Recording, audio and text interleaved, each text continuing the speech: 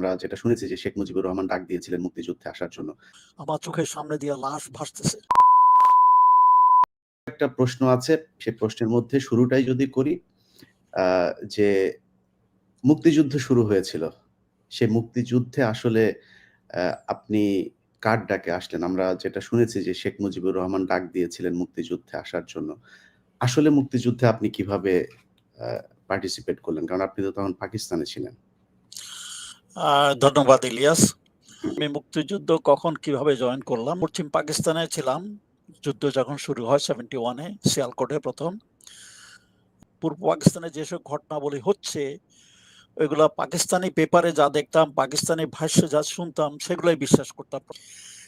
তখনই মে মাসের একদিন বিদেশ থেকে পাঠানো গোপনে পাঠানো কিছু পেপার ক্লিপিং আমি পেলাম, পড়লাম। ওগুলোর ভিতরে ছিল যে 25শে মার্চ থেকে বাংলাদেশে কি হয়েছে, হত্যাযজ্ঞ, যে অপারেশন সার্চ লাইটের মাধ্যমে পাকিস্তান মিলিটারি বাংলাদেশে কি করেছে, এগুলোর খবরগুলা আমি দেখলাম। ওসব খবরগুলা পড়ে সত্যি বলতে কি আমার মাথা খারাপ হয়ে গেছে। আমি মানে মানে কয়েকদিন পর্যন্ত আমি ঘুমাতে পারিনি। চোখ বন্ধ করতাম, ওসব কাহিনী পড়ে মনে হইতো আমার চোখের সামনে দিয়া লাশ ভাসতেছে। হত্যাযজ্ঞের কাহিনী দেখতেছি। মা বোনদের আহাজারি কান্নাকাটি আমি শুনতে পাইতেছি। কয়েকদিন পর্যন্ত আমার মাথার মধ্যে এরকম ছিল। সিদ্ধান্ত নিলাম যে আমি এখানে থাকতে পারবো না, আমাকে যেতে হবে। ১ম বার যাই দেখি যে বর্ডারে তখন খুব মানে আম সৈন্য সামন্ত অনেক। তার কিছুদিন আগে ১ সপ্তাহ আগেই তখন বিরাট একটা দল শিয়ালকোট থেকে পালিয়ে মানে ভারতে গেছে, পাকিস্তানে তখন। অর্থাৎ ওই অঞ্চলে যারা কেউ আর ভাগতে না পারে, একবারে ভালো করে বর্ডারে তখন ডিপ্লয়মেন্ট শুরু হয়ে গেছে। তো ১ম দিন যখন আমি চেষ্টা করলাম, মিলিটারি দেখে আমি ফেরত চলে আসছি। ২য় যখন আবার চেষ্টা করলাম, অনেক হাঁটতে একটা সুবেদারের কাছে ধরা পড়ে আবার ফেরত চলে আসলাম।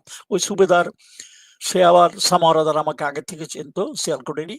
সে আবার যশোরে চাকরি করছে এবং সে বাংলাদেশদের প্রতি তার একটা দুর্বলতা আছে। সে আমাকে বলল যে, "স্যার, আমি আপনাকে চিনি। আমি আপনার এই যে পালাতে চাচ্ছেন, আমি এটা কাউকে রিপোর্ট করব না। আপনি আপনার ইউনিটে ফেরত চলে যান।" যাই হোক, একটা জিপ চালায়ে, আমি নিজের, আমার যে জিপ ছিল একটা আমেরিকান শক্ত জিপ চালিয়ে এই ডিপ্লয়মেন্টের মাধ্যমে আমার ব্যাকবেঞ্চ ছিল বাঙালি, তাকে সাথে নিয়ে ভারতে গেলাম। ভারতে রাজৌকে ক্যান্টনমেন্ট ১ম এ, তারপরে ফিরোজপুর ক্যান্টনমেন্ট, সেখান থেকে দিল্লিতে মানে সপ্তাহখানেক ইন্টারোগেশন। তারপর সেখান থেকে আমাকে পাঠানো হলো মুজিবনগরে।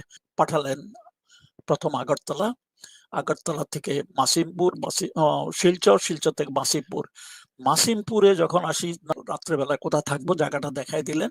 আমি সেখানে গেলাম। সেখানে যাওয়ার কিছুক্ষণ পরে আমার পাশের রুম থেকে একটা পরিচিত গলার আওয়াজ পেলাম। যখন আমি সাজ্জাদকে পরিচয় করে দেই, তখনই কিন্তু আমার নামটা ইমিডিয়েটলি মাথার মধ্যে এসে গেছে, মেজর জিয়াউর রহমান। তো আমি পরিচয় করে দিলাম, মেজর জিয়াউর রহমান। তারপরে উনি যখন বলছে, আমি ওনার র‍্যাংক দিলাম, উনি এখন আর মেজর নাই, উনি যখন লেফটেন্যান্ট কর্নেল ছিলেন, তখন আমি বললাম, "sorry lieutenant colonel, it's okay, বসো।" তারপরে সেদিন সন্ধ্যায় আমরা খেয়ে-দেয়ে উনি আমাকে বললেন, ওনার হেডকোয়ার্টার ছিল কৈলাসহরে, উনি ওখানে চলে যাবেন। যাওয়ার আগে উনি বললেন যে, "তুমি তোমার ইউনিটে যাও। আমি ইউনিটটা যেখানে হবে ওটা কুকিতল, একটা ছোট জায়গা। সেখানে যাও, তুমি take the stock taking, find out তোমার কি লাগবে, কি আছে। এখন ২-১ দিনের মধ্যে তুমি আমার সাথে দেখা করো।"